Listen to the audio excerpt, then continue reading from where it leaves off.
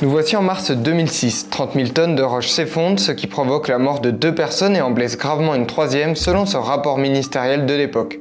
Plusieurs dizaines de milliers de mètres cubes qui sont tombés sur la chaussée en pleine nuit. En heure de pointe, ça aurait été probablement plusieurs dizaines de personnes qui auraient pu y laisser la vie. En fait, en période de forte pluie, des pierres se détachent de la falaise, produisant des fermetures de voies, mais aussi des accidents comme le montre ce graphique, dont plusieurs mortels. Au total, depuis 1976, selon les données de la région, elles ont causé la mort de 22 personnes. Malgré tous les travaux de sécurisation qui ont été entrepris depuis presque le début de la construction de cette route, on est toujours soumis à des effondrements. Jusqu'à il y a peu, on était sur à peu près une trentaine de jours de fermeture de cette route ou de basculement. En parallèle de tentatives pour sécuriser la route, les élus cherchent une solution plus efficace. Paul Vergès, alors président communiste du conseil régional, s'engage à créer une nouvelle route du littoral. Dans la première version retenue, pour franchir cet environnement accidenté, il imagine construire une 2x2 voies, en grande partie sur une digue sur l'eau à distance de la falaise, et puis une partie à travers la montagne à l'aide d'un tunnel.